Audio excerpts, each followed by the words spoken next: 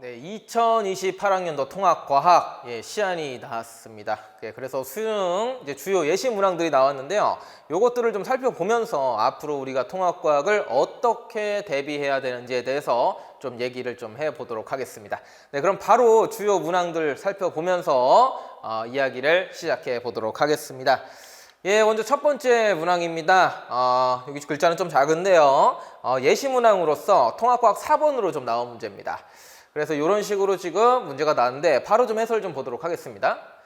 다음은 지구를 구성하는 물질에 대한 설명이다 하면서 이제 그림이 나와 있습니다. 그래서 통합과학을 학습하셨다면은 이 그림만 보고도 요게 이제 뭔지 좀 바로 판단이 되실 텐데요.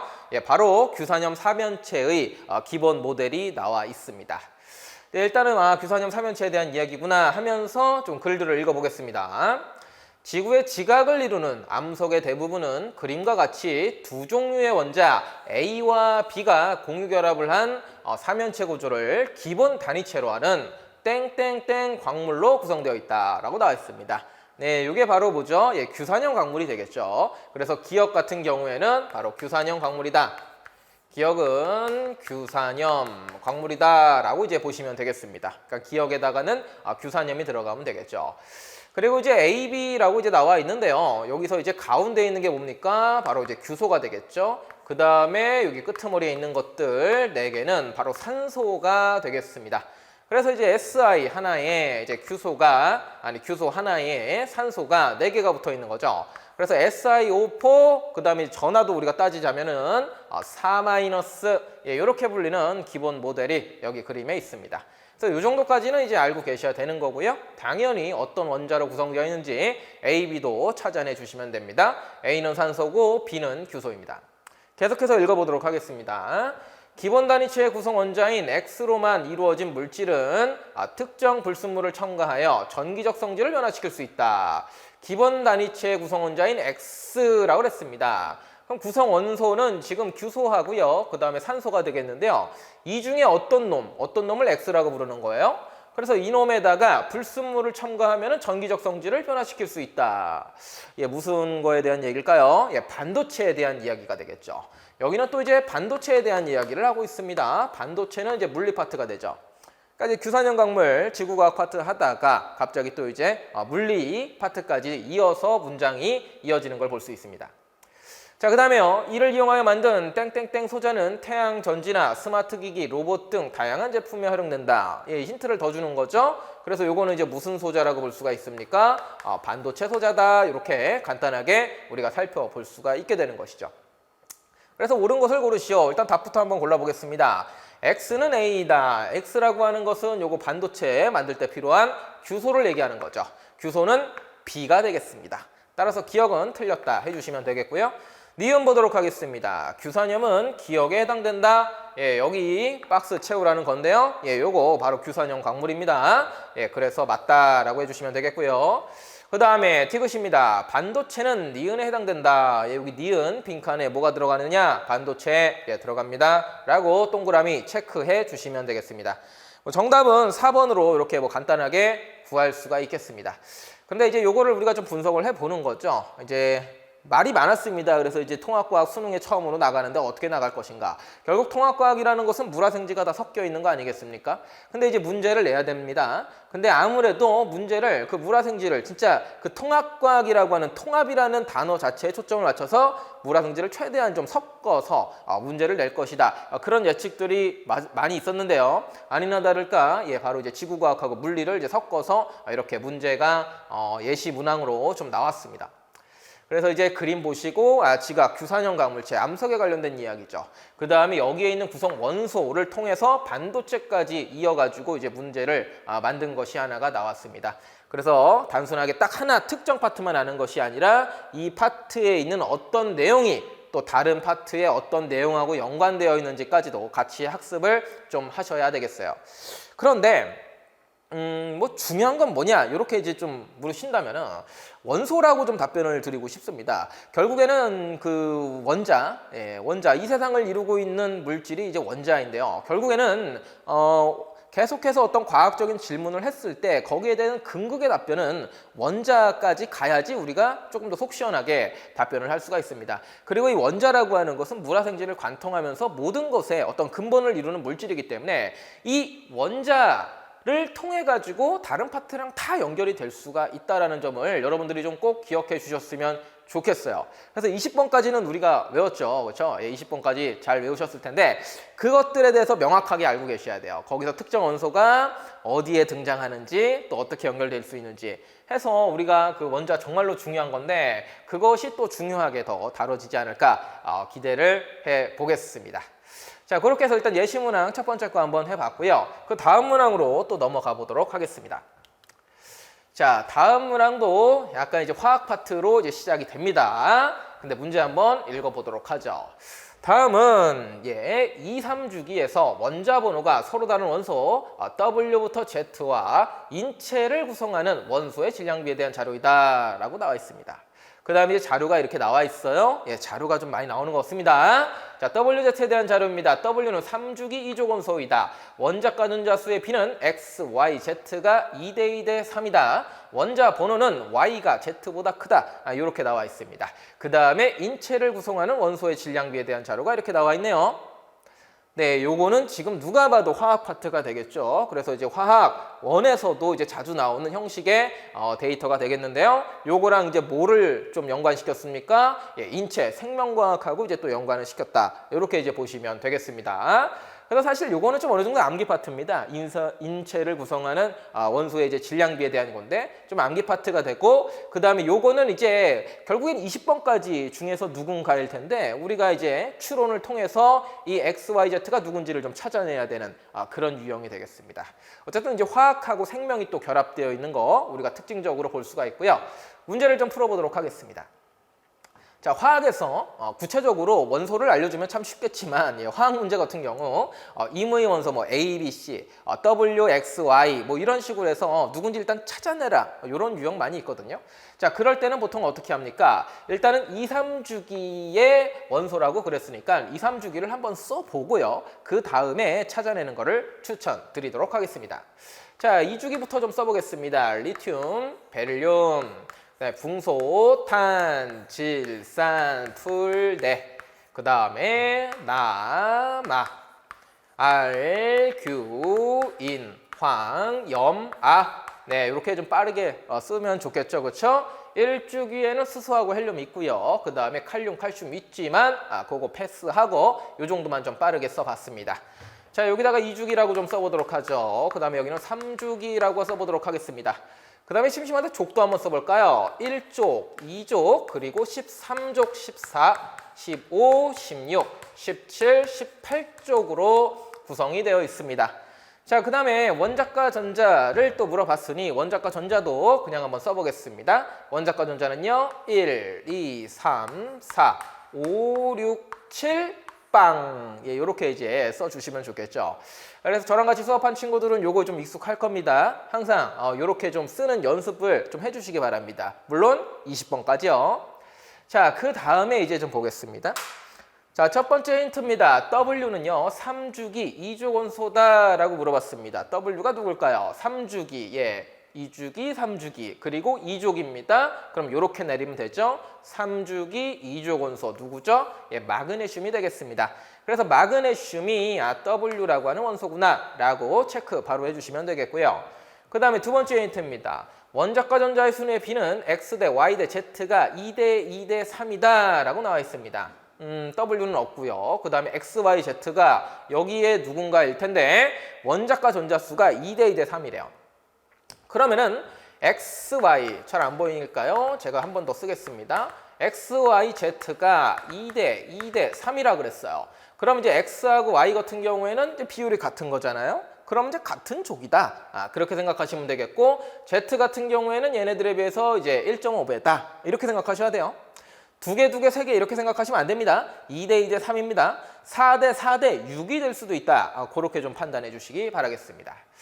자, 일단 보도록 하죠. 이 중에서 2대 2대 3을 만족하는 게 누가 있을까요? 일단은 2대 3을 만족하는 게 누가 있을까요? 일단은 2족에 있는 것은 원자과 전자가 2개죠. 그 다음에 13족에 있는 것은 3개입니다. 2대 3입니다. 하지만 이미 W가 이 자리를 꿰차고 있네요. 네, 원자과 전자 수가 2개인 거 할라치면 만약에 2족이라면은 베릴륨하고 마그네슘일 텐데 이미 마그네슘은 W로 우리가 책정했기 때문에 다른 놈을 찾으셔야 됩니다.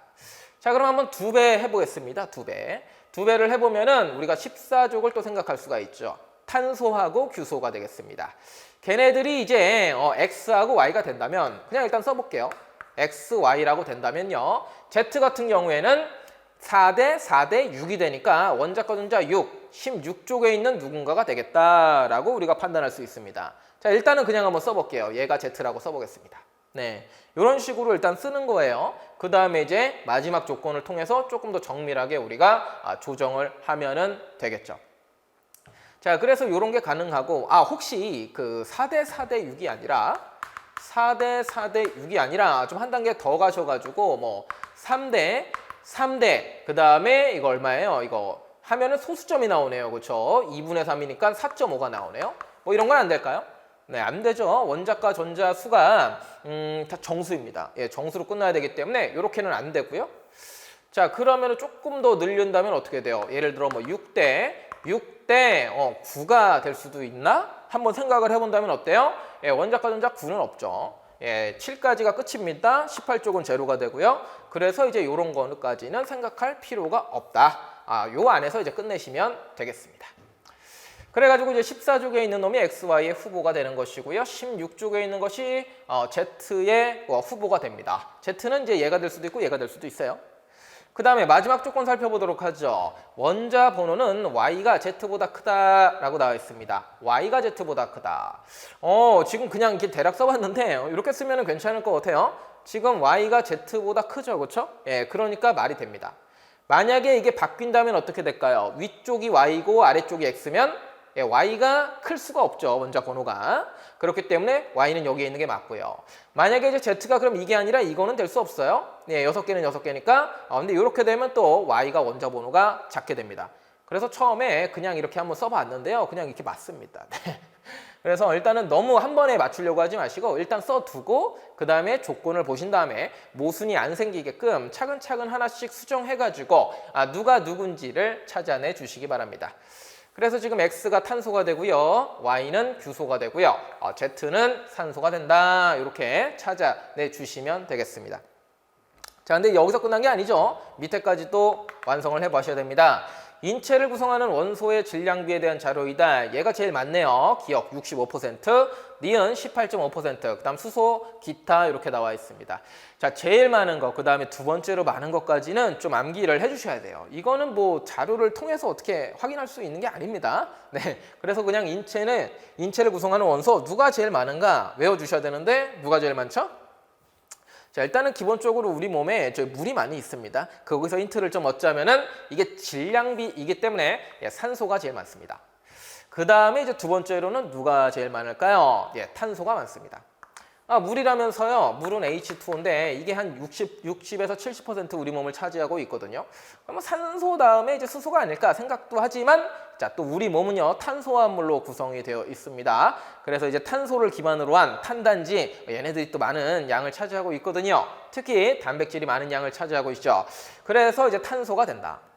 근데 요거는 이제 추론하기보다는 외워주시는 게 훨씬 더 좋습니다. 산소, 탄소, 수소, 그리고 네 번째는 질소죠. 네 번째까지 암기하는 걸 추천드릴게요. 그러면은 조금 더 문제 풀 때 더 도움이 많이 돼요. 그래서 산, 탄, 수, 질인데 기억은 산소가 되겠고요. 니은은 탄소가 되겠습니다.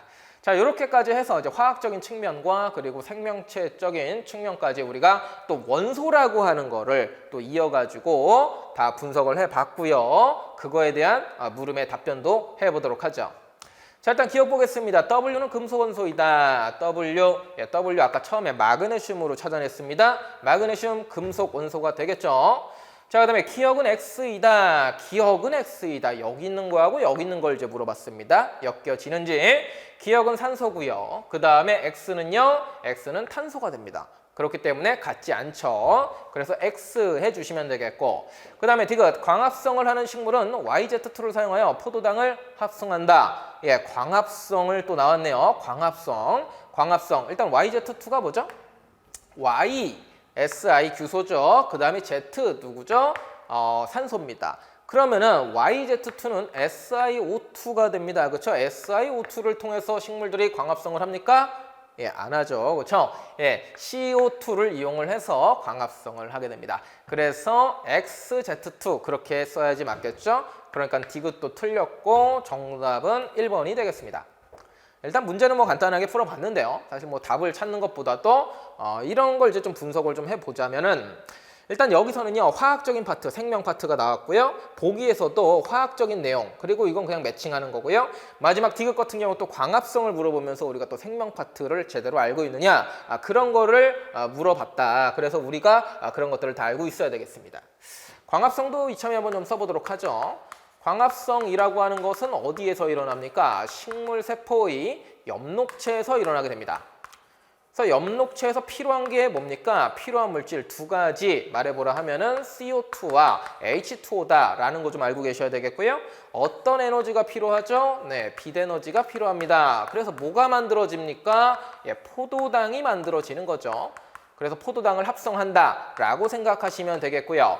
그 다음에 또 어떤 기체도 만들어지죠? 예, O2라는 기체도 만들어집니다. 좋죠. 그래서 이제 식물들이 이제 CO2하고 물 먹고요. 빛 에너지 햇빛 받으면서 예, 먹을 거 만들어냅니다. 그렇죠? 포도당하고 산소. 이거 둘 다 우리가 이제 먹는 거잖아요. 그렇죠? 그래서 이제 이런 게 이제 광합성인데 이 내용도 알고 계셔야 된다라는 거죠. 그래야지 이제 CO2인지 아닌지를 우리가 알 수가 있게 되는 것이죠. 그래서 이런 식으로 좀 해봤고요. 여기서도 역시나 이 원소라는 거를 기준으로 해가지고 이게 방금 전 문제는 이제 지구과학 파트랑 원소랑 좀 연결이 되어 있었는데, 그러니까 원소를 통해서 지구과학과 물리가 됐는데 여기는 원소를 통해서 화학과 생명 파트가 또 연계되는 그런 모습을 볼 수가 있습니다. 그래서 다시 한번 강조드리지만요, 이 원소 주기율표 20번까지 명확하게 알고 있어야 되겠고요. 몇 쪽인지 몇 주기인지 원자과 전자가 몇 개인지 정확하게 여러분들이 머릿속에 있으셔야 됩니다. 그리고 시험지 풀 때도 자 머릿속에서 완벽하게 떠오르지 않는다면은 이렇게 구퉁이에다가 시험지 좀 구석에다가 요 주기율표를 써 놓고 보면서 하나씩 찾아내는 방법을 추천드리겠습니다. 지금 이제 통합과학 여러분들 내신 지금 하고 계시죠, 그렇죠? 그래서 요런 파트도 지금 시험을 아마 보신 친구도 있고 또 안 본 친구도 있을 텐데요. 시험지 받자마자 주기율표 쓰시고 보면서 이런 거 좀 찾아내야지 실수 없이 문제를 더 정확하게 풀 수 있겠습니다. 그래서 이런 거 좀 쓰는 거 많이 좀 추천을 드리도록 하죠. 자, 그 다음에 또 다음 문제로 넘어가 보도록 하겠습니다. 네, 다음 문항입니다. 이번에는 생명 파트 문제 하나 가져와 봤습니다. 자, 또 자료형입니다. 지금 연속적으로 3번째 이제 문제를 보게 되는데 자료형이 좀 많은 것 같습니다. 자료형이요. 그냥 띠디디딕딕 이런 거 아니라 뭔가 이제 자료를 구체적으로 쫙 줘요. 그 다음에 이제 읽어보고 옳은 곳을 고르시오. 이런 식으로 문제가 좀 많이 나옵니다. 지문이 좀 길지 않을까 그런 게 좀 걱정이 좀 됩니다. 문제 길면은 여러분들 일단은 내가 뭘 구해야 되는지 그런 것부터 헷갈리기 시작을 하시죠. 그런데 이런 유형들이 조금 많이 보입니다. 전 문항을 제가 지금 보여드릴 수는 없지만 주요 문항만 보더라도요. 지금 뭔가 이제 글을 좀 빨리 잘 읽으셔야 되는 그런 능력치도 조금 요구하고 있다라는 점 말씀드리도록 하겠습니다. 다음 예시 문항 보겠습니다. 자, 요것은요 이제 통합과학 23번에 있는 문제입니다. 23번이나 되는데요. 보통 지금 현재 교육과정에서는요 과탐 하나, 예를 들어 뭐 물리 원이다라고 한다면은 20문제입니다. 예, 20문제인데 2028학년도부터는 통합과학으로 통일이 되죠. 근데 통합과학에서는요, 몇 문제요? 지금 예시로 나온 거긴 하지만 25문제로 구성이 되어 있습니다. 문제량이 조금 늘어났습니다. 그리고 통합사회도 하셔야겠죠. 그렇죠? 통합사회도 25문제 해가지고 50문제, 탐구 영역은 50문제를 여러분들이 해결을 해야 된다. 이런 점도 조금 다른 점이다 라고 말씀을 드리겠습니다. 자, 일단 문제 좀 보도록 하겠습니다. 네, 다음은 카탈레이스에 의한 과산화수소 분해 반응을 활용한 실험이다. 자, 카탈레이스 효소입니다. 누군지 아셔야 되겠고요. 그 다음에 과산화수소를 분해합니다. 과산화수소도 누군지 알고 계셔야 되겠고 얘를 분해했을 때 어떤 일이 일어나는지도 좀 알고 계셔야 되겠습니다. 자, 일단은 과산화수소 분해 반응을 좀 먼저 쓰겠습니다. H2O2가 되겠고요. 얘를 분해하게 되면 어떻게 됩니까? H2O하고요. 그 다음에 O2. 예, 이런 식으로 이제 분해 반응이 일어나게 되는 거죠. 그래서 우리가 상처 났을 때 소독할 때 사용하는 의약품으로 활용이 되는 건데요. 개수 좀 맞춰주시면은 뭐 둘, 그리고 여기도 둘 이렇게 쓰면 맞겠죠. 뭐 개수 맞추긴 여기 파트가 아니니까 일단 이렇게 그냥 빠르게 좀 써봤고요. 중요한 건 이런 거죠. 분해하면은 물이 나오고요. 산소 기체가 발생한다라는 것, 이 정도는 좀 알고 계셔야 되겠습니다. 그리고 과산화수소가 그냥 자연적으로는 잘 분해가 안 됩니다. 예, 효소, 카탈레이스라고 하는 효소가 여기에 작용을 해야지 이런 반응이 좀 잘 일어나요. 그래서 이제 과산화수소 상처 났을 때 바르면은 뽀글뽀글뽀글 거품이 잘 일어납니다. 그런데 상처가 없는 데다가 뿌리면 어떻게 돼요? 예, 그냥 별 볼 일 없습니다. 예, 한번 해보셔도 돼요. 이거는요, 집에서요. 그래서 이제 효소가 작용을 해줘야지 이렇게 좀 반응이 잘 일어난다라는 것까지 저 맨 윗줄만 보고도 이 정도까지는 좀 캐치를 해주시면 좋겠고요. 자, 그 다음에 여기 또 자료가 쫙 나와 있습니다. 표는 아미노산, 세모와 네모를 지정하는 코돈을 나타낸 것이다. 아미노산은 총 20가지가 있습니다. 그래서 이름들이 굉장히 다양하게 있는데요. 그냥 세모라는 아미노산과 네모라는 아미노산이 있다. 이렇게 지금 언급을 한 겁니다. 자, 그 다음에 가설을 설정을 했고요. 실험을 했습니다. 그리고 결론은 옳다. 이런 식으로 지금 나와 있는 자료인데요. 한번 좀 읽어보도록 하겠죠. 자, 가설이 일단은 빈칸이에요. 뭐 물어볼 거고요. 그 다음에 표와 같이 카탈레이스, 기역, 니은, 디귿, 리을 4개를 준비를 한다. 그 다음에 니은, 디귿, 리을은 각각 돌연변이로 인해 기역의 특정 세모를 지정하는 코돈의 염기가 다른 염기로 바뀌어 만들어진 카탈레이스다. 그러니까 기역은 이제 그냥 냅두고요. 니은, 디귿, 디귿의 변이를 일으킨 겁니다. 변이를 일으켜가지고 이제 다른 거 얼마나 다른지 요걸 실험을 해보겠다라는 거죠. 그 다음에 표는요 3%의 과산화수소 5ml가 담긴 시험관 1, 2, 3, 4에 각각 기역, 니은, 디귿, 리을을 넣고 각 시험관에서 기포 발생 여부를 관찰한 것이다. 여기에서 발생하는 기포라고 하는 것은 바로 산소 기체가 된다. 이렇게 판단을 좀 해주시면 되겠고요. 기역은 지금 아무 변화도 하지 않았습니다. 그러니까 조금 전문용어로 통제 변인이다라고 이제 볼 수가 있는 거고요. 그 다음에 이제 2, 3, 4를 갖다가 우리가 조작 변인이다라고 이제 볼 수가 있는 거죠. 이 염기를 변화시키는 게 조작 변인입니다. 그래서 얘네들이 이제 얼마나 다른지 비교를 해보는 게 되겠어요. 자, 그래서 여기도 지금 빵꾸가 좀 뚫려 있고요. 그 다음에 기체가 발생하는지 발생 안 하는지 이런 거가 체크가 되어 있습니다. 자, 그 다음에 위쪽에는요 코돈표가 나와 있습니다. 자, 아미노산 세모를 지정하는 코돈은 CAU고요. 그 다음에 CAC입니다. 아미노산은 20가지지만 코돈은 몇 가지죠? 예, 64가지입니다. 그래서 중복을 허용하여 아미노산을 선택을 하게 되는 것이죠. 자, 그랬을 때 얘네 2개가 세모, 얘네 2개가 네모를 선택을 하게 되는데 원래는요 이 세모를 지정하는 코돈이 CAU라고 합니다. CAU 여기 맨 위에 있네요. 그렇죠? 예, 원래 얘인데요. CAU를 갖다가 바꿨어요. CAC, AAU, AAC. 예, 다행히 순서대로 바꾼 겁니다. 그래서 요거를 기역이라고 보시면 되고 요걸 니은, 요걸 디귿, 요거를 리을이라고 보시면 되겠습니다.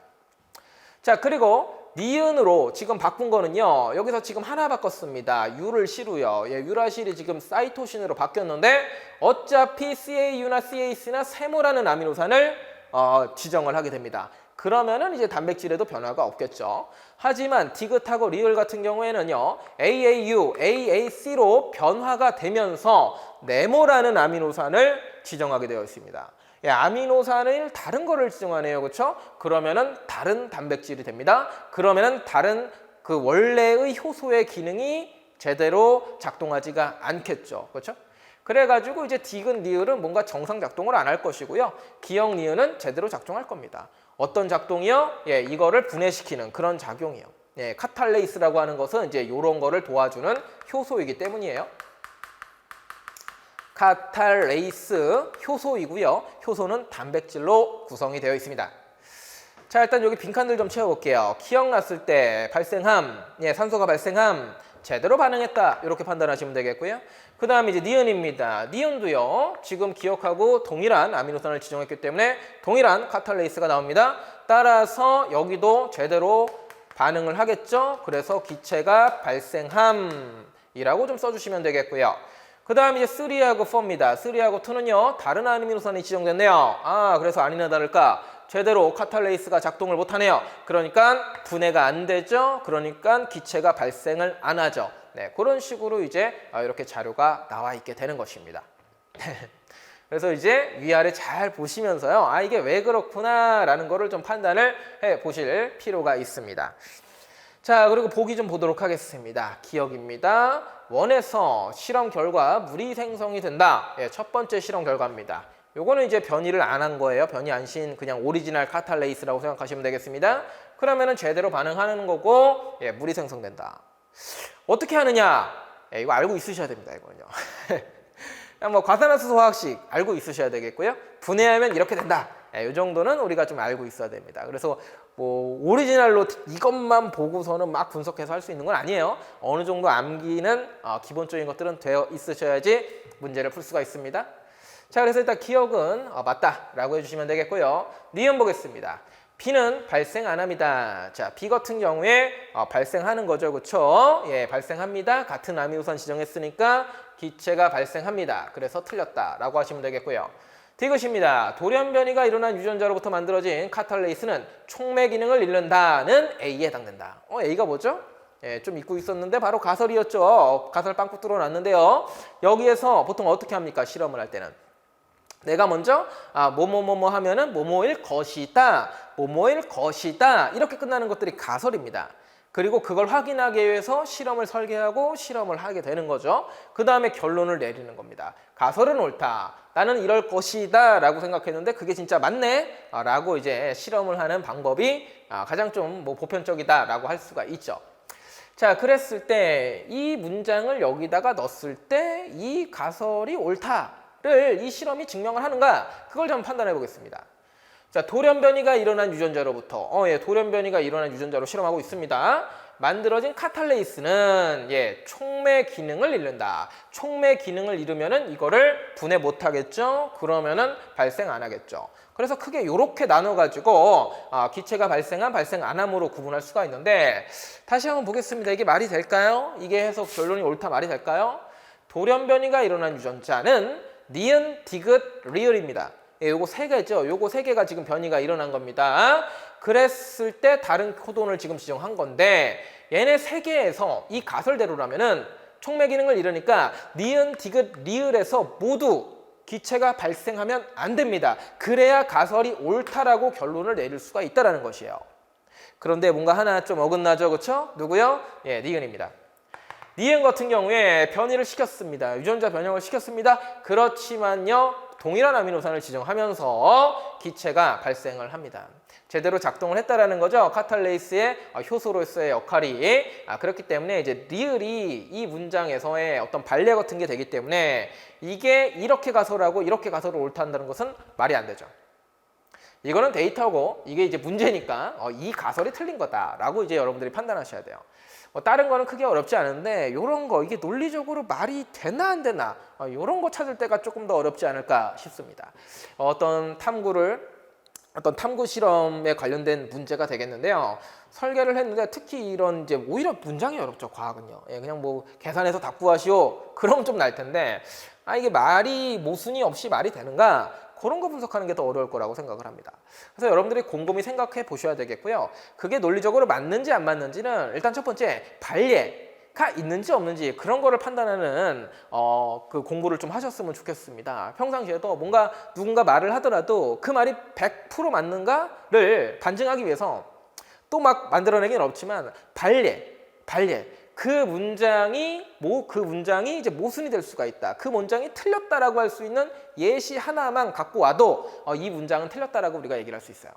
그래서 이 논리가 어려운 건데 일단은 그런 식으로 좀 연습을 좀 하시면 좋겠습니다. 발례라 그런 거 하는 거, 뭔가 안 맞는 거, 이 문장이 안 맞는 예시 그런 거를 찾아내 가지고 여러분들이 좀 판단하셨으면 좋겠습니다. 그래가지고 이제 디귿은 틀렸고요. 결국에는 이제 가설로 옳게 이걸 고치자면은 이런 식으로 고칠 수 있겠죠. 지금 결국에는 이 아미노산이 달라졌을 때, 이 세모가 아닌 네모라는 아미노산으로 바뀌었을 때 기체가 발생을 안 하거든요.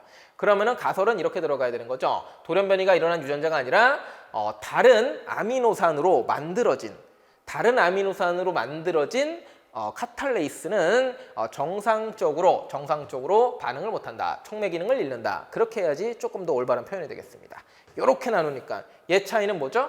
코돈의 변이보다도 요거 아미노산이 세모가 지정됐느냐 네모가 지정됐느냐 그 차이기 때문에 요거를 기준으로 해가지고 가설을 짜야지 조금 더 올바른 실험 설계가 된다라고 말씀을 드리겠습니다. 네. 그래서 문제 푸는 거 별로 어렵지 않은데 여러분들 이제 과학탐구 실험 요거 하시죠. 지금 고등학교 1학년 때 그렇죠? 그때도 여러 가지 실험에 관련된 내용들을 뭐 배우실 겁니다. 뭐 통제 변이니 뭐고 조작 변이니 뭐고 실험할 때는 어떻게 해야 되고 그다음에 뭐 연역법 그리고 뭐 귀납법 이런 식으로 어떻게 설계해서 보고서 쓰는 거 그런 것들을 이제 하실 텐데 중요합니다. 네, 중요합니다. 예, 그 부분도요. 그래서 할 때도 그 어떤 과탐실이라고 하시는데 그 부분을 이제 수업하실 때 그리고 이제 수행하실 때도 꼼꼼하게 좀 보시면은 나중에 또 수능 볼 때 여러분들 큰 도움이 되리라 믿겠습니다. 열심히 하십시오. 학교 수업 다 중요합니다. 네. 자, 일단 요거는 요렇게 좀 말씀을 드려보고요. 어떤 실험에 관련된 문제가 하나 나왔습니다. 다음 문제로 좀 넘어가 보도록 하겠습니다. 다음 문제는 이제 물리 파트죠. 여러분들이 제일 좋아하는 물리 파트가 되겠습니다. 근데 다행스럽게도 통합과학에서 물리 모르겠습니다. 그 역학 파트가 지금 뭐 있긴 한데 요번에 예시문항 보니까 역학 파트에서 그렇게 어려운 문제는 안 나왔습니다.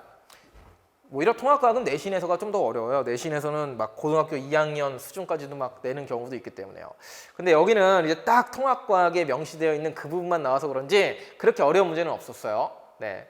그래서 그렇게 어렵지는 않다. 물리가 그렇게 이제 여러분들이 두려워할 만한 그런 과목은 아닐 수 있겠다라고 개인적으로 조심스럽게 말씀드려봅니다.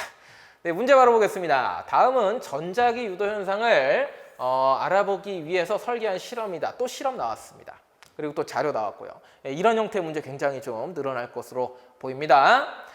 자, 일단 준비물은요. 자석입니다. 자석 6개, 코일, 전류 센서, 고무줄 이런 거를 준비를 해가지고요. 코일 하나 놓고요. 그 다음에 자석을 위에다가 떨구는 실험입니다. 그래서 이제 여기에 막 전류가 흐르죠. 문제 읽어보겠습니다. 실험 과정이에요. 그림과 같이 자석 6개와 고무줄을 이용하여 A, B, C를 준비하고 코일과 전류 센서를 연결한다. 그래서 자석 하나 그냥 냅두고요. 2개를 고무줄로 묶었고요. 3개를 묶었습니다. 그러니까 자석을 좀 많이 이렇게 묶어가지고 떨겨보겠다. 그런 내용이죠. 그 다음에 A의 N극을 아래로 하고 코일의 위쪽 끝에서 높이 H인 지점에 가만히 놓는다. 그러니까 H 정도 높은 곳에서 자석을 떨구겠다. 그런 얘기입니다. 그 다음 자석이 코일의 중심축을 따라 낙하하는 동안에 코일에 유도되는 전류를 전류 센서로 측정한다. 센서, 이것도 1단원에 나오는 용어죠, 그렇죠? 이런 어떤 아날로그적인 신호를 갖다가 우리가 디지털로 바꾸는 거, 그런 거를 센서라고 하는데요. 어쨌든 간에 여기에 있는 떨어지면은 전류가 흐를 텐데 전류를 전류 센서로 측정하는 거예요. 자, 그 다음에 라입니다. 나의 A를 B로 바꾸어 나와 나를 반복한다. 나의 A를 C로 바꾸어 나와 나를 반복한다. 그러니까 이거 하나짜리 떨궈보고요. 그 다음에 2개짜리 떨궈보고 3개짜리 떨궈보겠다. 이런 말이 되겠습니다. 그 다음에 마지막 전류 센서에 측정된 유도 전류의 세기를 비교한다. 전류가 누가 더 세게 흐르고 작게 흐르는지 그런 거 보겠다. 이런 말이 되겠습니다. 그래서 이제 그림을 좀 새로 그려보겠습니다. 보통 이제 이런 식으로 이제 코일이 감겨 있죠. 코일이 감겨 있는 거고 이제 자석을 놓고요. 그 다음에 요거를 이제 떨구는 거죠. 그러면은 여기에 이제 전류가 흐르게 됩니다. 그런 거를 우리는 전자기 유도 현상이다라고 얘기를 하게 되는 거죠. 에너지적인 측면에서는 어떻습니까? 에너지적인 측면에서는요, 이 자석이 갖는 역학적 에너지가 전기 에너지로 전환이 된다라고 볼 수가 있겠습니다. 역학적 에너지가 전기 에너지로 전환이 된다. 이렇게 이제 우리가 볼 수 있다라는 거죠. 그래서 이제 그런 내용들에서 이제 사실 묻고 있습니다. 다 물리죠, 그렇죠? 이거는 뭐 다 물립니다. 다 물립니다. 높은 데서 떨궈요. 가만히 있으면 전류 안 흐릅니다. 움직여야 전류 흘러요. 그래서 이제 접근을 시키는 거죠. 그럼 N극이 다가온다. 와, 싫어 하면서 N극, S극 유도되고요. 엄지손가락을 N극의 방향으로 해주시고 내 손가락으로 감아지는 방향으로 유도 전류가 흐른다. 요렇게 이제 푸는 거예요. 그런데 이제 다행스럽게도 여기서 뭐 방향 같은 건 물어보지 않습니다. 막 감아놨기 때문에 어느 방향인지는 알 수 없고요. 어쨌든 이런 것이 이제 전자기 유도에 관련된 내용이고요. 일단은 보기부터 보겠습니다. 기억입니다. 자석의 개수가 다른 A, B, C를 사용하는 것은 자기장의 세기를 서로 다르게 하기 위해서다. 예, 자석 하나 놨고요. 2개 놨고요. 3개를 묶어놨습니다. 그러면은 이제 자석 하나보단 2개가, 2개보단 3개가 자기장이 더 세겠죠. 그렇죠? 그래서 이렇게 사용하는 것은 자기장의 세기 알아보기 위한 거 맞다라고 체크해 주시면 되겠고요. 니은입니다. A, B, C를 놓을 때 N극을 아래로 하는 것은 자기장의 방향과 유도전류의 세기 사이의 관계를 알아보기 위한 거다라고 물어봤습니다. N극을 아래로 했어요. 이렇게 했다라는 거죠. 그래서 떨굽니다. 그런데 이것이 유도전류의 세기와의 관계를 알아보는 걸까요? 예, N극을 놨어요. 그러면 이제 반대로 S극을 또 뭐 놓고 한다라는 거죠. 그러면은 방향이 달라지죠. 답을 벌써 말해버렸네요. N극을 놓고 할 때와 S극을 놓고 할 때는 방향이 다릅니다. 유도전류의 방향이 다릅니다. 왜냐? 이 코일 내부를 통과하는 자기장의 방향이 변하기 때문입니다.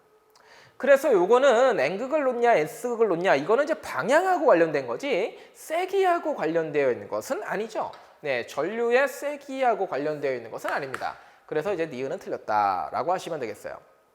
세기하고 관련되어 있는 건 뭐예요? 얼마나 얘네들을 갖다가 빠르게 자기장을 얼마나 빠르게 변화시키냐 그런 게 이제 전류의 세기하고 관련이 있죠. 그래서 H에서 떨궜다면 한 번은 그럼 뭐 2H에서 떨군다든지 3H에서 떨군다든지 이런 식으로 실험을 해야지 우리가 전류의 세기를 비교를 할 수가 있습니다. 그래서 일단 관계를 물어보는 것인데 다 한글로 써 있죠. 그래서 조금 헷갈릴 수 있는데 잘 판단해 주시면 되겠고요.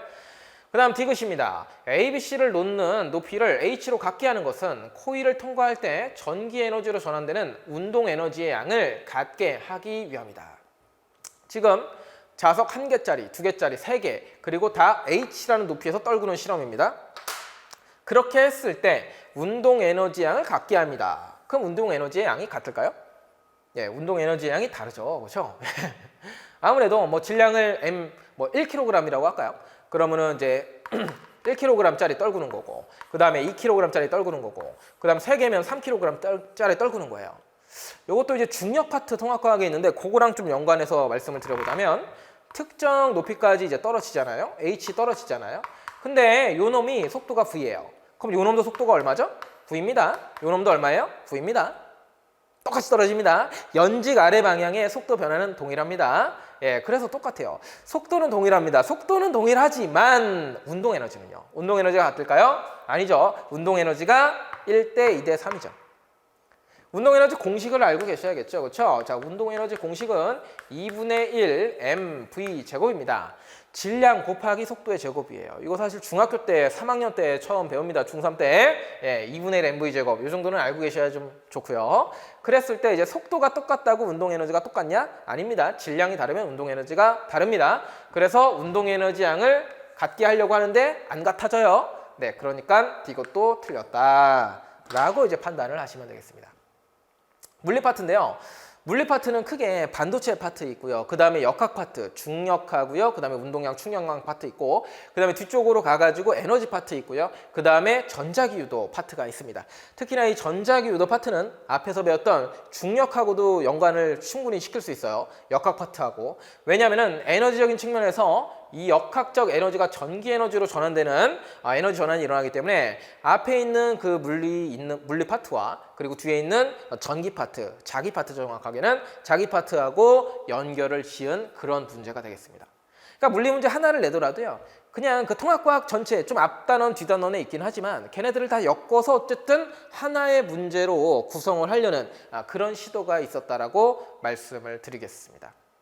그러니까 그 책을 통합과학 책을 앞에서부터 끝까지 전체적으로 머릿속에 그냥 갖고 계셔야 됩니다. 그래야지 이런 거를 볼 때도 훨씬 더 그냥 한 번에 문제 하나에 한 번에 여기 필요한 개념도 싹 다 투입해가지고 우리가 해결할 수 있다라는 말씀을 좀 드리겠습니다. 아직 그 고1 지금 현재 이제 고1 친구들은 요거는 아직 지금 공부를 안 해서 잘 모를 수도 있습니다.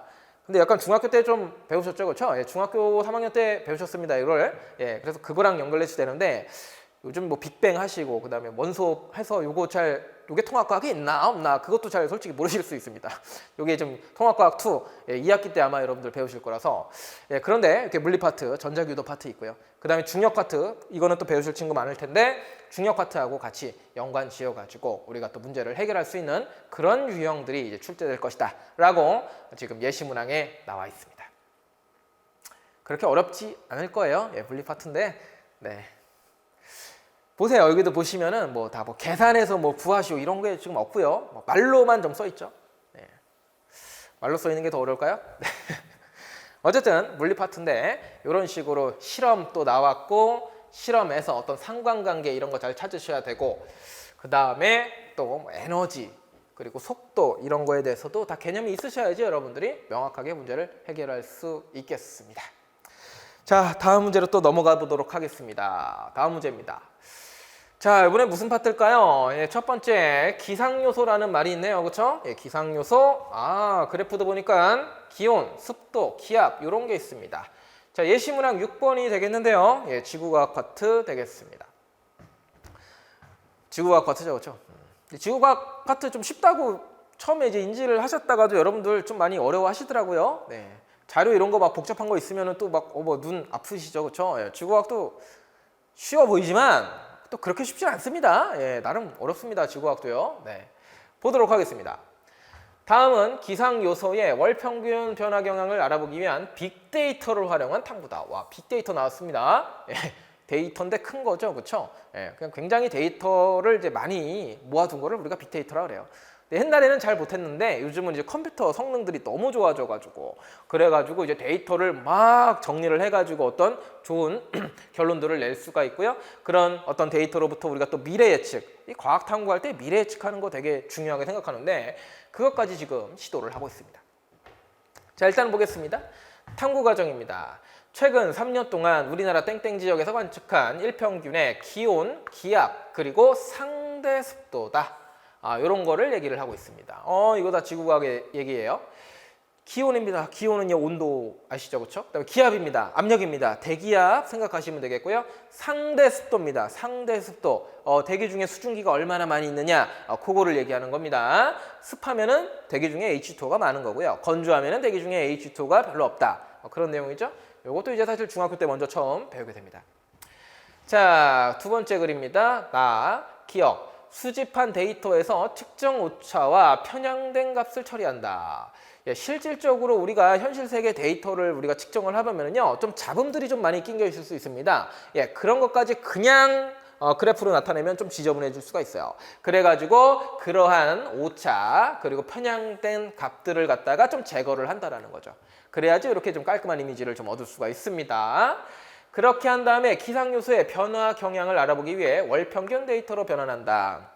사실 뭐 컴퓨터가 다 하는 거죠. 그렇죠? 요즘 기술이 너무 좋아져가지고 AI 이런 거 너무 좋잖아요. 그렇죠? 그래서 이런 거 엄청 잘한다라고 저도 최근에 뭐 뉴스를 좀 보고 그럽니다.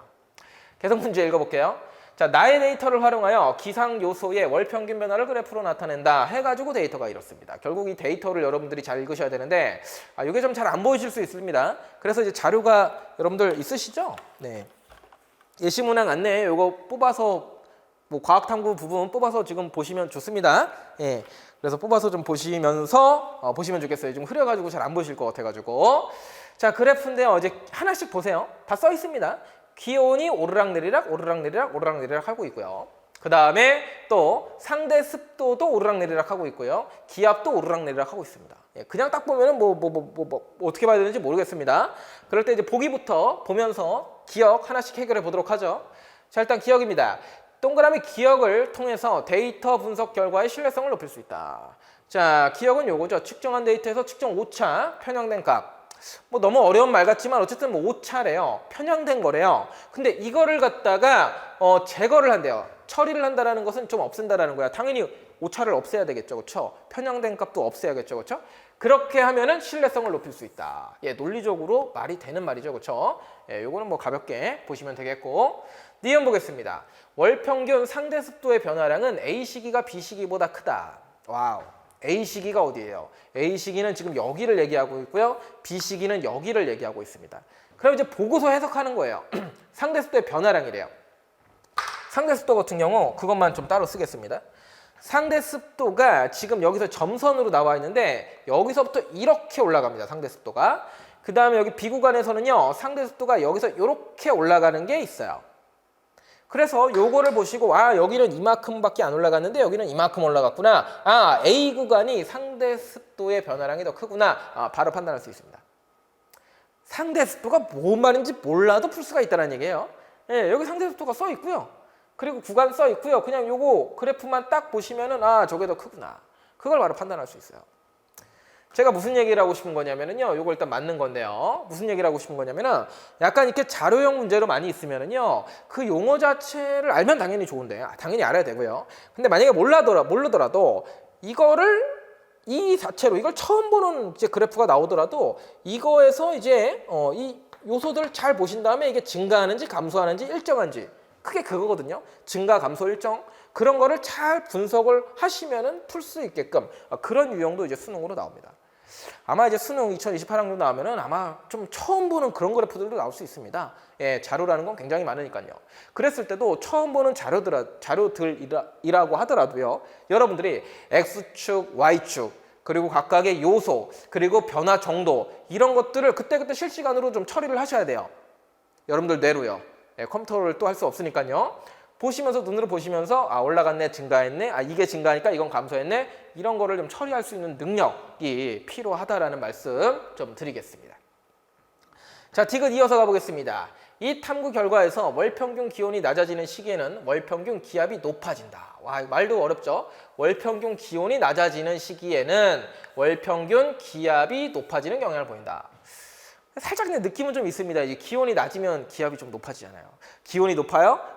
기온이 높아져요? 그러면은 기압은 좀 낮아집니다. 지구과학 하다 보면 좀 느낌이 있는데 그런데 이제 데이터를 보고 말씀을 하셔야 됩니다. 자 보도록 하겠습니다. 월평균 기온이 낮아지는 시기. 아이고 이거 그림이 잘 안 보이는데 자 기온부터 제가 좀 파란 색깔로 좀 해보겠습니다. 기온이 낮아지는 시기를 좀 보시면은요. 여기 이렇게 낮아지고 있고요. 그 다음에 여기 이렇게 낮아지고 있고요. 여기 이렇게 낮아지고 있습니다. 기온이 낮아지는 시기가 이렇게 크게 한 3군데 정도 보이고요. 그때 기압이 높아지는지 기온이 낮아질 때 기압이 높아지는지 볼게요. 지금 기압은요. 또 여기 또 선이 있는데 기압은 여기 이렇게 되고 있고요. 기압이 이렇게 되고 있고요. 기압이 이렇게 되고 있습니다. 네. 기온이 낮아질 때 기압이 높아집니다. 기온이 낮아질 때 기압이 높아집니다. 예, 데이터에 다 나와 있습니다. 기압이 뭔지 몰라도 풀 수가 있어요. 예, 기온이 뭐지? 예, 기온은 아시겠죠? 그렇죠? 예, 기압이 뭐지? 공기 압력인가? 예, 잘 몰라도 그냥 이것만 보고 풀 수도 있다는 얘기예요. 물론 아셔야 됩니다. 네, 그래서 이렇게 지구과학 같은데 이렇게 이제 자료 분석형이에요. 그래서 이제 어떤 실험 데이터가 이렇게 나와 있는데 이걸 보면서 보기 보면서 계속 눈을 왔다 갔다 그리셔야 돼요. 예, 요거 보기 읽고 맞나 보면서 여러분들이 풀면은 충분히 풀 수 있다라는 거죠. 예, 좀 그냥 딱 보면은 되게 막 그냥 이것만 보고 있으면은 막 섞여 있어서 이게 뭔 말하는 건지 잘 모르지만 하나씩 요소 하나당 매칭하면서 보시면은 여러분들이 충분하게 문제를 풀 수 있습니다. 그래서 그 뭐 교과서라든지 그 참고서에 보시면은 이제 실제 데이터에 관련된 자료들이 꽤 많이 있습니다. 예, 그래프라든지 도표라든지 이런 것들이요. 근데 그런 것도 보면서 항상 축부터 보시고요. 축부터 보시고 각각의 요소들 보면서 경향성들을 좀 이렇게 읽어가는 그래프를 좀 해석하는 능력을 여러분들이 좀 키우셨으면 좋겠습니다. 증가하는지 감소하는지 일정하는지 이게 메인이거든요. 그래서 이런 요소가 증가할 때 이거는 뭐 어떻게 되는구나. 요게 이렇게 뭐 증가할 때는 요게 감소하는구나. 이렇게 눈으로 그래프를 따라가면서 해석하는 능력치가 필요하니까 여러분들 이제 그런 부분도 좀 학습을 해야 될 요소다라고 생각해 주시면 좋겠습니다. 자, 지구과학 파트 여기까지 좀 얘기를 해봤고요. 네, 그리고 요거는 거의 이제 이 빅데이터 요거는요 이제 진짜 마지막 단원인데 여러분들 통합과학 2의 진짜 마지막 단원인데 그쪽에 있는 어떤 미래사회 기술 그런 거하고 연결이 좀 되어 있는 겁니다. 근데 뭐 그렇게 어렵게 나오진 않을 거예요. 이런 거는요. 근데 이런 건 간단하게 이렇게 했다라는 정도고 결국에는 이런 뭐 지구과학적인 이런 자료 해석이 더 중요한 거죠. 자, 여기까지 좀 살펴봤고요. 지금 또 문제 하나 더 보도록 하겠습니다. 이게 이제 마지막 문제 같은데요. 보도록 하죠. 다음은 말라리아 매개모기. 요게 번호 말씀드릴게요. 9번 예시입니다. 9번 예시. 자료집 이제 보시면은요, 자료집에 거의 순서대로 주요 예시 문항 위주로 해서 제가 뽑아서 그냥 설명드리는 겁니다. 네, 일단은 9번 예시 문항이 되겠고요. 보겠습니다. 다음은 말라리아, 매개, 모기 A의 발생 시기를 알아보기 위한 탐구 활동이다. 자, 말라리아입니다. 말라리아는 이제 병균이죠, 그렇죠? 얘가 들어와가지고요.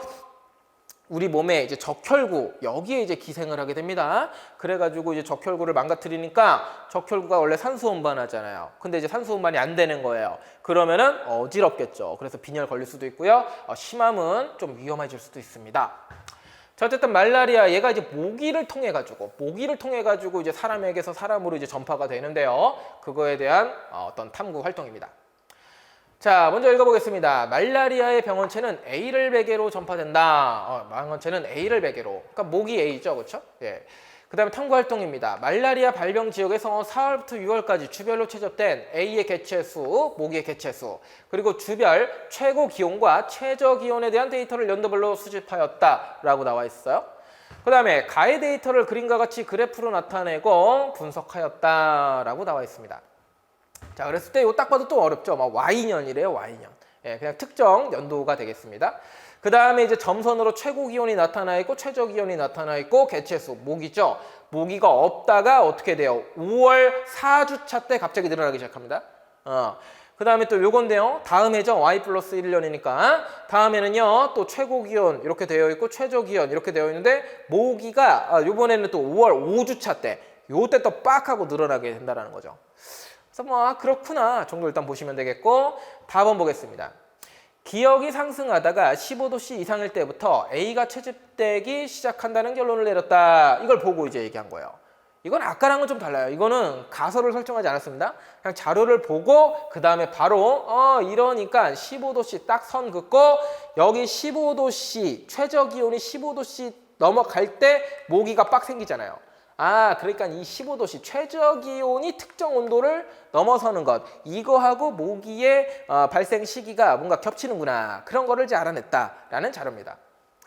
그래가지고 기억은 최고 기온과 최저 기온 중 하나이다 라고 그랬는데요. 제가 답을 말하겠네요. 그렇죠?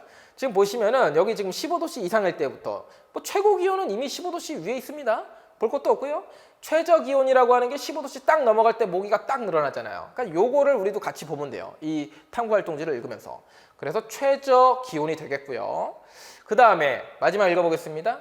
이 지역 주별 최고 기온과 최저 기온이 그림과 같이 예측될 때 다의 결론을 근거로 A가 채집되기 시작하는 시기를 니은으로 예상했다.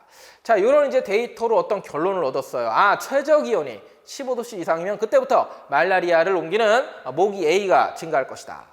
그리고서는 이제 새로운 데이터를 얻었습니다. 와우, 분필이 떨어졌어요. 예. 자, Y 플러스 2년인데요. 요거는 이제 또 다음 해죠, 그렇죠? 그랬을 때 최고 기온이 이렇게 되어 있고 최저 기온이 요때 딱빡 15도씨를 넘어섭니다. 그럼 요때 모기가 생기겠군. 요때 또 모기가 많이 생기겠군. 요렇게 우리가 예측을 해볼 수 있다는 거예요. 또는 데이터가 있으면은 이거를 우리가 분석을 할 수 있다는 거예요. 과거에 수집된 데이터로 또 과거를 알 수도 있고 또 미래를 우리가 또 예측을 해볼 수 있다는 거죠. 이런 게 이제 과학 탐구 활동입니다. 과학자들이 저기 미래를 되게 예측하고 싶어 하거든요. 네. 그러면은 과거의 데이터, 현재의 데이터 이런 것들이 굉장히 중요하겠죠. 자, 그리고 이제 문제를 좀 보겠습니다. 기억 바로 볼게요. 말라리아는 감염병이다. 예, 감염병이죠. 그렇죠? 예, 조심하셔야 됩니다. 그렇죠? 특히 이제 아프리카 이런 지역에서 이제 많이 발생을 할 수가 있게 되는데요. 모기들이 이제 말라리아라고 하는, 그러니까 모기가 말라리아가 아니에요. 모기가 말라리아라고 하는 병균을 갖다가 옮깁니다. 사람에게서 사람으로. 모기가 사람 피 빨아먹잖아요. 피 빨아먹다가 말라리아 병균도 먹고 다른 사람 이제 또 이제 피 빨아먹다가 그 병균이 사람 안에서 사람한테로 모기를 매개로 해가지고 전파가 될 수 있습니다. 그러니까 감염병이죠. 조심하셔야 돼요. 자, 그 다음에 니은입니다. 기억은 최고 기온에 해당된다. 기억은 이제 아까 말씀드렸는데 기억은 최고 기온이 아니라 최저 기온이 되겠고요. 그 다음에 6월은 니은에 해당된다. 이건 뭔 말이에요? 여기서 이제 또 다른 데이터를 보고서는 결론을 내리는 거죠. 예상을 하는 거죠. 모기 A가 채집되기 시작하는 시기를 니은으로 예상한다. 15도씨 넘어갈 때를 예상한다. 그러면은 니은은 어때요? 지금 한 5월 한 3주차쯤이 됩니다. 5월 3주차쯤으로 예상을 하겠죠. 그렇죠? 근데 이제 6월이다. 그러니까 이제 요거는 틀렸죠. 그렇죠? 잘못된 예상입니다. 예, 그래서 정답은 이제 기억력이다. 이렇게 이제 판단을 해 주시면 되겠는데요. 뭐 이제 뭐 정답은 정답이고 문제는 문제지만 우리가 또 살펴봐야 될 것은 이런 거죠. 탐구 활동. 예, 지금 문제들 계속 여러 개를 했지만 지문이 다 있다만 해요. 예, 있다만 하고 계속 뭔가 실험을 설계하고 탐구 활동을 하고 자료를 주고 그거를 뭔가 분석을 해가지고 문제를 풀어라. 이런 유형들이 굉장히 많다라는 점을 말씀을 좀 드리고 싶습니다. 자료예요. 실제 데이터예요. 읽다가 지칠 수도 있어요. 근데 꼼꼼히 잘 읽으셔야 돼요. 예, 어떤 내용이다. 그리고 그래프 딱딱 나와요. 그래프만 보면 이게 뭔 말인지 솔직히 좀 모를 수도 있습니다. 근데 잘 보시고 읽어보시면서 이걸로 이런 결론을 내렸고 이렇게 예상을 했구나 보면서 계속 눈을 왔다 갔다 하셔야겠죠. 그러면서 이 그래프들을 여러분들이 좀 이해하셔야 됩니다. 예, 그리고 그걸 토대로 해서 이제 문제의 보기에 있는 것도 또 여러분들 OX 잘 체크를 해주셔야 된다라는 거죠. 자, 감염병과 관련된 얘기인데요. 뭐 사실 우리 지금 뭐 코로나 때문에도 이제 감염병에 대한 경각심이 우리가 많이 있는데요. 또 이제 새로운 뭐 말라리아 그런 예시를 좀 했고요. 또 감염병 위험하죠, 그렇죠? 예, 그런데 좀 이런 거 우리의 어떤 거 현실에서 우리가 겪을 수 있는 그런 문제점들과 관련해가지고 이런 새로운 데이터들을 제시를 하고 이거를 한번 분석을 해서 문제를 한번 풀어봐라. 이런 유형도 이제 나올 수 있다라는 겁니다.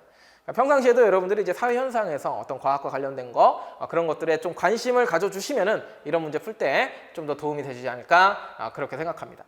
보통 이제 말라리아 하면은 이제 그 유전 관련해 가지고요. 유전 관련해 가지고 이제 적혈구 관련 뭐 남모양 적혈구 빈혈증 관련해서 이제 그런 쪽으로만 이제 문제가 나올 수 있다라고 생각할 수 있는데 요거는 이제 완전히 좀 사회적인 현상하고 연결 지어 가지고 좀 문제가 좀 나왔습니다.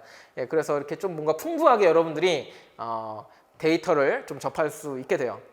공부하시면서 아마 많이 똑똑해지지 않으실까 그렇게도 생각이 됩니다. 자, 그렇게 해서 주요 문제들을 좀 살펴봤습니다. 그래서 좀 문제풀이보다도 사실은 어떤 문제들이 나올 것이고 그 다음에 어떻게 우리가 대비를 해야 될 것인가 이런 게 사실 이번 영상의 주된 목적이 되겠는데요. 2028학년 통합과학 수능 대비 현재 고1 학생들이죠. 그래서 어떻게 대비를 해야 되는지 간단하게 세 줄로 좀 요약을 해서 말씀을 드리겠습니다. 자, 문제 보셔서 아시겠지만요. 일단 첫 번째, 다양한 자료가 나올 겁니다. 자료가 나오고 이거를 분석해서 문제를 풀어라. 이런 식으로 많이 나와요. 그러니까 그런 자료들을 해석하는 능력을 여러분들이 키우셔야 됩니다. 특히 그래프들이 많이 나올 겁니다. 그러면은 축을 보시고 변화되는 경향성을 판단한 다음에 이 요소들이 어떻게 연관이 되어 있구나 그런 거를 볼 줄 아는 능력을 좀 키우셔야겠다라고 좀 말씀을 드리겠습니다. 과학탐구 실험 많이 하시죠, 그렇죠? 예, 그거 할 때도 여러분들 정말로 집중해가지고 여러분들 임하시기 바래요. 그 다음에 다양한 자료들, 데이터들 그냥 막 보지 말고 답만 찾으려고 하지 말고 그 데이터도 좀 꼼꼼하게 자료들을 좀 머리에 잘 담아두시기 바랍니다. 자, 그 다음에 두 번째입니다. 일상생활에 과학 개념 연관시키기. 요건 그냥 한번 좀 낑겨봤는데요. 방금도 봤지만 이제 뭐 말라리아라든지 아니면 뭐 기온, 온도, 습도, 강수량 이런 특히 지구과학 같은 경우에는 지금 이 지구에서 일어나는 현상들에 대해서 얘기를 하고 있는 겁니다. 그래서 이제 실제 문제에서도요. 지금 현재 일어나고 있는 현상들에 대한 그런 실제 데이터가 그냥 들어올 수가 있습니다. 그러면은 그거를 또 우리가 분석을 해야 되는데 그런 실제 데이터, 지금 우리가 살고 있는 중에도 데이터들은 쌓이고 있습니다. 뉴스 좀 가끔 보시죠, 그렇죠? 예, 보시다 보면은 가끔 이제 과학 이야기 나오면은 좀 집중해서 좀 봐주시면 좋겠어요. 아마 그런 것들이 좀 나오지 않을까 싶은데요.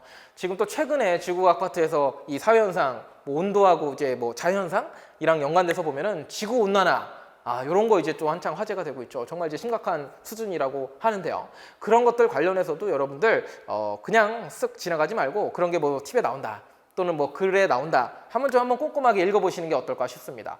일상생활에서도 다 과학하고 연관이 되어 있어요. 그래서 이제 그런 부분들도 우리가 통합과학하고 연결해서 여러분들이 알 수 있을 만큼 좀 한번 고민도 해보고 생각도 해보고 그랬으면 좋겠습니다. 자, 마지막입니다. 요거 좀 별표 하나 칠게요. 꼬리에 꼬리를 무는 과학 이야기. 예. 꼬꼬무 아시죠? 꼬꼬무. 예, 꼬꼬무. 예, 요거 좀 한번 따라해 봤는데요. 과학 공부를 하실 때 아까도 봤지만 통합과학은 물화생지가 섞여 있습니다. 그래가지고 하나의 어떤 아까 원소로 좀 예시를 들었는데 어떤 뭐 생명 파트에서 원소가 나왔어요. 근데 이거랑 연결돼서 지구과학이랑 연결시킬 수도 있고 물리랑 연결시킬 수도 있고 화학이랑 연결시킬 수도 있습니다. 어떤 하나의 어떤 뭐 물리 파트, 생명 파트, 지구, 화학 파트에서 어떤 요소가 있을 때 이게 다른 거랑 연결이 되고 연결이 되고 연결이 되고 연결이 될 수 있다는 거예요. 그리고 그런 걸 연결시켜서 문제 하나를 만들 겁니다. 그래서 꼬리에 꼬리를 무는 그런 학습 방법으로 여러분들이 하시면 어떨까라고 좀 생각을 합니다. 지금도 이제 통합과학 하는데도요. 앞에서 막 빅뱅 파트 배우는데 여기서 원소 파트 나오는데 그게 또 몇 쪽이냐, 원자과 전자 몇 개냐, 얘가 어떤 분자를 만드냐, 화학 파트하고도 굉장히 연결이 되고요. 그 다음에 뭐 생명 파트 배울 때도요. 뭐 DNA 같은 거 나오죠. 근데 이제 단위체 얘기가 나오는데 그게 또 다른 쪽에도 규산형 광물의 단위체 이런 거랑도 연결이 되고. 그래서 지금도 이제 지금 공부하고 계시죠, 통합과학이요. 공부하고 계실 텐데 어떤 하나의 요소를 배울 때 그 분야에서만 그냥 딱 끝내지 마시고 그 단어가 이제 다른 거 배웠던 거 지금은 많이 안 배우셔서 그럴 수도 있지만 점점 배우시면서 여러분들 머릿속에 과학 데이터가 누적이 될 겁니다. 그럼 이제 뒤쪽에 배우다가도 어떤 키워드를 봤을 때 이 해당 키워드가 내가 배웠던 어떤 단원에 뭐랑 연결되는지 뭐랑 연결되지? 이런 거를 한번 생각해 보셨으면 좋겠어요. 그러면서 다 엮으셔야 돼요, 여러분들이. 예, 결국 수능은 이거 통째로 나오는 거니까 모든 키워드들이 어디에 어떤 단원하고 연결될 수 있는지 여러분들이 생각을 해보면서 공부를 하시면 훨씬 더 그게 또 기억에도 오래 남으실 거고 통합과학이 뭔가 하나의 과목처럼 딱 느껴지실 수 있을 겁니다. 그래서 꼼꼼한데요. 제가 수업 시간에 하면 이제 계속 좀 물어보죠, 그렇죠? 그래서 여러분들도 학습할 때 그런 식으로 좀 꼬리에 꼬리를 물면서 학습을 하시면 좋을 것 같습니다. 네, 제가 준비한 2028학년도 수능 대비 예시문항 해설 강의는 여기까지고요. 여러분들 한번 이런 식으로 이제 수능이 바뀌는구나 한번 좀 생각해 주시면 되겠고요. 지금도 통합과학 준비하시면서 나도 이제 통합과학 어떻게 공부를 해야겠다 이런 식으로 좀 생각하는데 도움이 되셨으면 좋겠습니다. 예, 여기까지 마무리하도록 하겠습니다. 네, 감사합니다.